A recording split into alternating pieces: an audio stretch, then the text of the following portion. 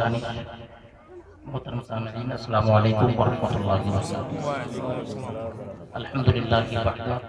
والصلاة والسلام علی من لا نبی بعدہ۔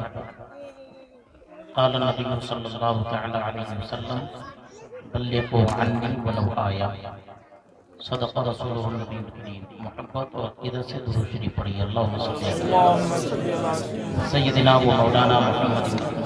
وعلی آلہ وصحبہ وبارک وسلم۔ صلاۃ و سلام علیک یا رسول اللہ صلی اللہ تعالی علیہ وسلم۔ محترم سامعین، حضرت مولانا امام الدین نظامی صاحب نے اپنی کوششوں سے درست البنات نظامیہ گرل اسکول کا قیام عمل میں لایا اور دیکھتے ہی دیکھتے الحمدللہ ایک بڑے ادارے کی شکل اختیار کر ہے۔ اللہ تعالیٰ ان کی کوششوں کو اپنی بارگاہ میں قبول فرمائے۔ تو ضروری باتیں جو ہمارے آپ سب کے لیے علامت ہے اور ثابت ہو سکتی ہے وہ میں آپ کے سامنے رکھنے کی کوشش کروں گا۔ لڑکوں کے لیے بہت سارے ادارے الحمدللہ علاقے میں ہیں اور بھی ہونا چاہیے، کیونکہ ایک ادارہ اگر کفالت نہیں کرتا ہے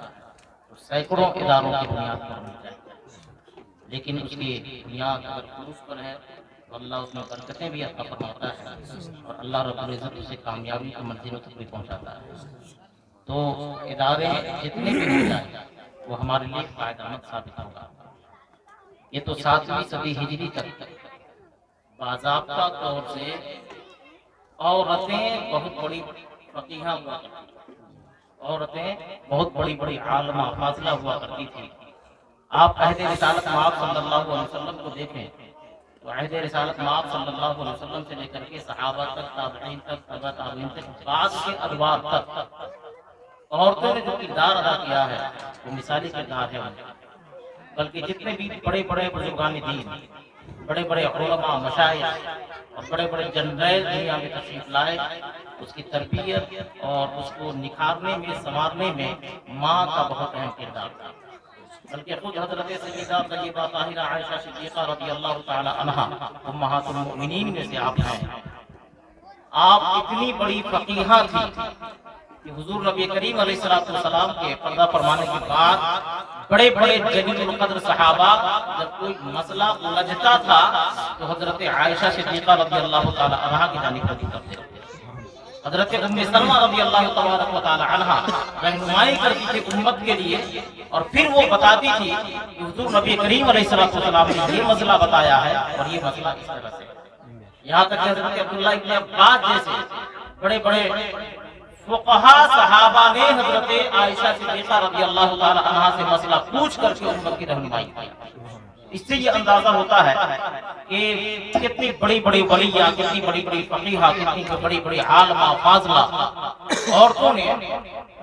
مذہب اسلام کے تمام کارواں میں اپنا جو سپورٹ کیا ہے اور اس کو آگے بڑھانے کا کام کیا ہے وہ تاریخ اپنی جگہ شاہد ہے۔ یہاں تک کہ امام بخاری رحمۃ اللہ تعالی علیہ،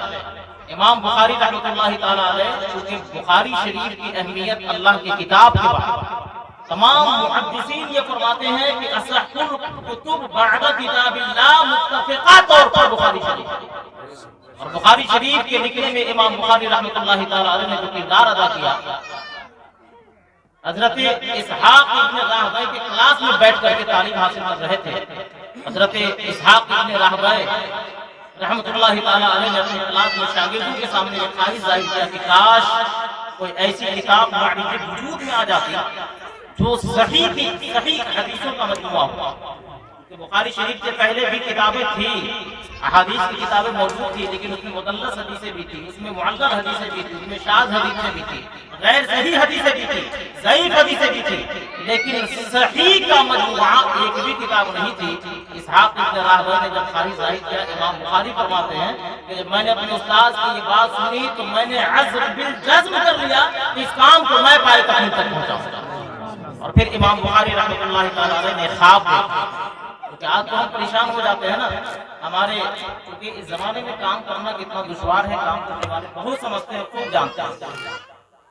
کام کرنے والے بہت اچھے سے جانتے ہیں کہ کام کرنا کتنا دشوار ہے، غلط باتیں بھی منسوخ کی جاتی ہیں تو یہ کوئی بڑی بات نہیں ہے، جب اللہ کے رسول علیہ السلام کے جانب جب غلط باتیں منسوب کی گئی تو ہماری طرف ہو گئی تو کون سی بڑی بات؟ مولانا امام الدین کی طرف ہو گئی تو کون سی بڑی بات؟ علامہ اسرائیل کی طرف ہو گئی تو کون سی بڑی بات؟ امام بخاری رحمۃ اللہ تعالیٰ علیہ نے خواب دیکھا کہ اللہ کے رسول علیہ السلام تشریف فرما ہے، آرام فرما رہے ہیں، ایک پنکھا لے کر، ہمارے یہاں جو کار کا پنکھا ہوتا ہے اس طرح کا پنکھا تھا، پنکھا لے کر کے آپ حضور نبی کریم علیہ السلام کے جسم اطہر سے مکھی کو ہٹا رہے ہیں، جبکہ یہ بات سچ یہ ہے کہ حضور نبی کریم علیہ السلام کے جسم سے مکھی نہیں بیٹھی، لیکن آپ نے خواب میں دیکھا کہ مکھی ہٹا رہے ہیں، تو تعبیر پوچھنے والے سے تعبیر پوچھا، اس کی تعبیر آپ نے یہ دی کہ جو غلط چیزیں، جو غلط باتیں حدیث کے طور پر رسول کی طرف منسوب ہیں اس کو امام بخاری ہٹائے۔ اور پھر امام بخاری رحمۃ اللہ تعالی علیہ نے جو کتاب لکھی، اہتمام یہ کیا، اس کا مسودہ مکہ شریف میں، بصرہ میں اور دیگر جگہوں پہ مسودہ تیار کیا، پھر اس کی تبعیض مدینہ شریف میں ہوئی، اور پھر مسجد نبوی شریف میں امام بخاری رحمۃ اللہ تعالیٰ علیہ فرماتے ہیں کہ اس کا اہتمام یہ کرتے تھے کہ ایک حدیث لکھنے کے لیے پہلے غسل کرتے، باوضو ہو جاتے اور مکمل پاکیزگی کے ساتھ 2 رکعت نفل نماز پڑھتے اور پھر استخارہ کرتے، اللہ کی طرف سے جب القاء ہوتا، جب الہام ہوتا اور صحیح ہونے کا یقین ہو جاتا تو بخاری شریف اس حدیث کو لکھتے۔ سبحان اللہ، یہ اہتمام امام بخاری سے پہلے کسی نے نہیں کیا، بلکہ امام بخاری رحمۃ اللہ تعالیٰ علیہ نے بخاری شریف میں حدیثوں کو لکھنے کا جو آپ نے اہتمام کیا ہے، جو شرطیں لگائی ہے، دیگر کتابوں میں نہیں ہے، دیگر کتابوں میں وہ شرطیں نہیں پائی جاتی۔ اس میں سے ایک بہت بڑی شرط یہ ہے کہ امام بخاری رحمۃ اللہ تعالیٰ علیہ نے جو اہتمام کیا، جو احتیاط کیا، جو قیدیں لگائی، جو شرطیں لگائی، کسی محدثین نے وہ شرطیں نہیں لگائی۔ امام بخاری رحمۃ اللہ تعالیٰ علیہ کی بے شمار تصنیف ہے، لیکن جو سب سے مشہور آپ کی تصنیف ہے وہ بخاری شریف ہے، اور بخاری شریف کو امام بخاری رحمۃ اللہ تعالیٰ علیہ نے لکھنے کے لیے یہ شرط رکھی، جہاں بہت ساری شرطیں ہوتی ہیں، ایک بہت بڑی شرط یہ ہے کہ معاصرت یعنی ایک زمانہ کافی نہیں ہے۔ امام مسلم رحمۃ اللہ تعالیٰ نے یہ شرط لگائی ہے کہ اگر ایک زمانہ ہے، دو مشائخ کا ایک زمانہ ہے، ان کی بات قبول کر لی جائے گی، یعنی ایک زمانے میں ہم اور آپ ہیں تو یہ ممکن ہے کہ اب آپ سے ہم نے بات سنی ہو، تو ہم نے صرف زمانہ دیکھا کہ ایک زمانے میں جو لوگ موجود ہیں تو اس کو امام مسلم نے فرمایا کہ ان کی حدیث قبول کی جائے گی صحیح ہونے کے لیے، لیکن امام بخاری نے فرمایا کہ نہیں، معاصرت کافی نہیں ہے بلکہ لقاء ضروری ہے، ملاقات ضروری ہے، اور فرمایا کہ جب تک ملاقات نہیں ہو اس حدیث کو بخاری شریف میں ہم لکھیں گے۔ 6 لاکھ حدیثوں میں سے امام بخاری نے حدیثیں چنی اور بخاری شریف میں جگہ دی، اور پھر فرمایا کہ شیخ سے لے کر یعنی امام بخاری کے استاد سے لے کر تمام صحابہ تک جو روایتیں پہنچتی ہے، سلسلہ ہے، اس میں سے تمام راویوں کا عادل ہونا، ثقہ ہونا، کامل الضبط ہونا، ملازمت مع شیخ ہونا، یعنی کثرت پابندی کے ساتھ شیخ کی بارگاہ میں بیٹھنا، امام بخاری نے یہ شرط لگائی، تمام شرطوں پر جو حدیث پائی گئی تو امام بخاری نے بخاری شریف میں جمع کرا۔ لیکن جانتے ہیں امام بخاری کے رحمۃ اللہ تعالی علیہ کے مقام پر پہنچنے میں کردار کس کا؟ امام بخاری رحمۃ اللہ تعالی علیہ کی پیدائش کے بعد والد کا انتقال ہو گیا تھا، آپ یتیم ہو گئے تھے، آپ کے پاس والد نہیں تھے۔ امام بخاری رحمۃ اللہ تعالی علیہ کی والدہ تھی، لیکن اتفاق ایسا کہ امام بخاری رحمۃ اللہ تعالی علیہ نابینا ہو، آنکھوں کی روشنی چلی گئی، جب آنکھوں کی روشنی چلی گئی تو ماں آپ کی عابدہ زاہدہ شب زندہ دار تھی، راتوں کو رو رو کر کے اللہ کی بارگاہ میں دعا کرتی تھی، پروردگار ایک تو میرا بیٹا یتیم ہے، اور پھر اس پر سے بڑی بات یہ کہ یہ نابینا ہو گیا، آنکھوں کی روشنی چلی گئی، پروردگار عالم میرا سہارا کون بنے گا؟ راتوں کو دعا کرتی، نمازیں پڑھتی، رب کی بارگاہ میں التجائیں کرتی، پھر اللہ رب العزت کے فضل سے ایک شب حضرت امام بخاری رحمۃ اللہ تعالی علیہ کی والدہ محترمہ نے حضرت ابراہیم سیدنا ابراہیم خلیل اللہ کو خواب میں دیکھا، حضرت سیدنا ابراہیم خلیل اللہ نے بشارت دی، پریشان کیوں ہے، دعا کیوں کرتی ہے، التجائیں کیوں کرتی ہے؟ آپ نے فرمایا کہ میرا بیٹا نابینا ہے، میں چاہتی ہوں کہ میرا بیٹا اور میرے بیٹے کی آنکھ میں روشنی آ جائے۔ حضرت ابراہیم خلیل اللہ نے خواب میں بشارت دی، پریشان مت ہو، پروردگار نے دعائیں قبول کر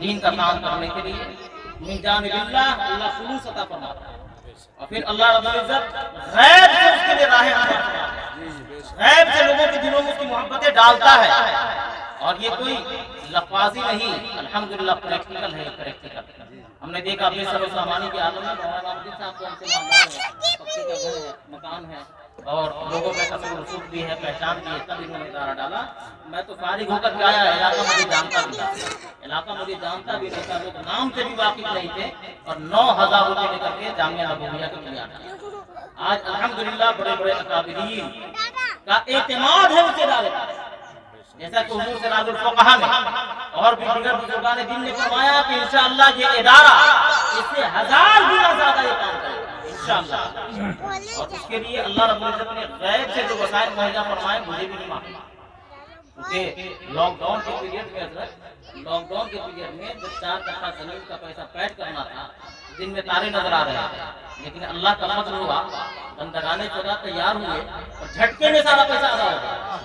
اور میں نے جس سے زمین لیا اس نے یہ بھی نہیں کہا پیسہ نہیں ہے، یہ بھی نہیں کہا، میں نے کہا وقت پہ ادا کر دوں گا، اور وقت پہ ادا کرنا بہت دور کی بات ہے، الحمدللہ ہم نے وقت سے پہلے ادا کر، وقت سے پہلے ہم نے ادا کر دیا اور بندگان خدا نے دے دیا۔ تو غیب سے اللہ صورتیں ہموار فرماتا ہے، غیب سے اللہ صورتیں پیدا فرماتا ہے کام کرنے والوں کے لیے، بس ہمارے ذہن و فکر میں اور ہمارے دل میں دین کے کاموں کے لیے خلوص ہونا چاہیے، اور قوم کا درد صحیح معنوں کے لیے ہونا چاہیے۔ رسمی طور پر کیونکہ اسٹیجی الفاظ کا نہ میں عادی ہوں، نہ میں سننا پسند کرتا ہوں، نہ میں کہنا پسند کرتا ہوں، اس لیے رسمی الفاظ آدمی کو ٹریک سے باہر اتار دیتا ہے۔ ہاں، آپ کو علامہ فہامہ غوث کتب ابدال کو بنا دیے جائیں گے، آپ کے سر پہ نہ جانے کیسے کیسے امام مقام دیے جائیں گے، لیکن ذرا اللہ توفیق دے تو ہم اپنے گریبان میں جھانک کے دیکھیں کہ جو اس نے کہا ہے میں ہوں بھی یا نہیں، میں ہوں بھی یا نہیں، اگر ہے تو بہت اچھی بات ہے، اور اگر نہیں ہے تو گویا کہ آپ کو گمراہ کرنے کا کام کیا گیا ہے۔ اس لیے رسمی الفاظ کے چکر میں نہ رہا جائے اور نہ سنا جائے، بس یہ ہے کہ جو کہتے ہیں اس کے ذمہ دار بتا، اور اس کے نہ ذمہ دار ہے، نہ آپ ذمہ دار ہیں، نہ جس کے لیے کہا گیا وہ ذمہ دار ہے۔ بس ہماری یہ گزارش ہوگی کہ اللہ تعالیٰ نے جتنی استطاعت دی ہے دین کے کاموں کے لیے، دین کے راستے کو اختیار کرتے ہوئے، شریعت مطہرہ پر عمل کرتے ہوئے دین کے کام کو آگے بڑھائیں گے تو اللہ بندگان خدا آج بھی بہت خلوص مند ہیں، اور آج بھی اس دین کا کام چاہتے ہیں کہ وہ خلوص کے ساتھ دین کا کام کریں۔ ہم دین کا کام کریں گے، قدم ہم ایک بڑھائیں گے، اللہ 1000 ہو تک اس میں نازل کریں۔ اس نیت کے ساتھ اور اس ارادے کے ساتھ عزم مصمم رکھ کے دین کا کام ہو رہا ہے، اور انشاءاللہ تعالیٰ ہوتا رہے گا۔ میں دعا کرتا ہوں کہ اللہ تعالیٰ اپنے حبیب صلی اللہ علیہ وآلہ وسلم کے صدقے میں اسے بامی عروج تک پہنچائے، اور دنیا کے مشہور ترین اداروں میں اللہ اس کو جگہ دے، اور دین کا بے شمار مسلک اعلیٰ ہو، خصوصاً یہاں سے فروغ ہو، اور پھر اسی پر قائم رہ کے اللہ ہم سب کی موت عطا فرمائے۔ آخر دعوانا ان الحمدللہ رب العالمین۔ السلام علیکم ورحمۃ اللہ۔